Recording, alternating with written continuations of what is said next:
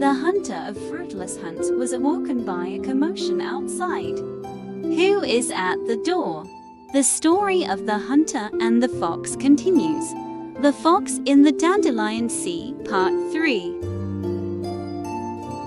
Having failed to catch the fox, I went to sleep with only tasteless boiled carrots in my stomach.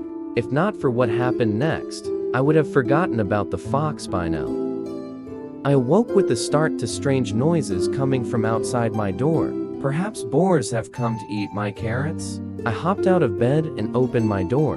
To my surprise, there stood a tiny little white fox. Its fur was so white that it glowed in the dark, not unlike the way sunlight sparkles on water after filtering through the treetops. This must be the same fox from earlier.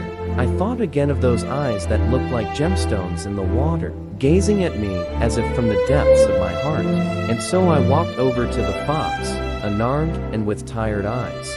This time, it stayed still and waited for me in silence.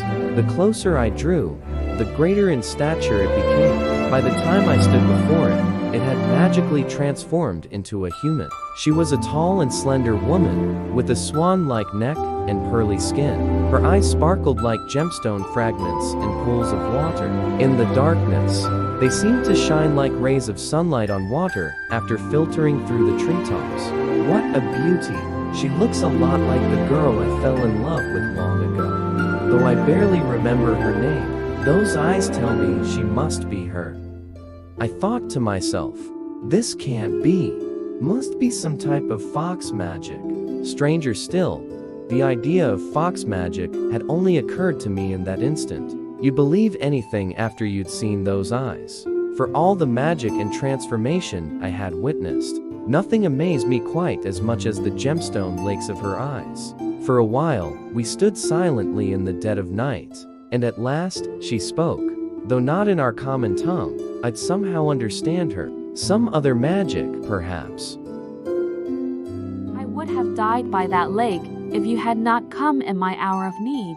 She paused and continued.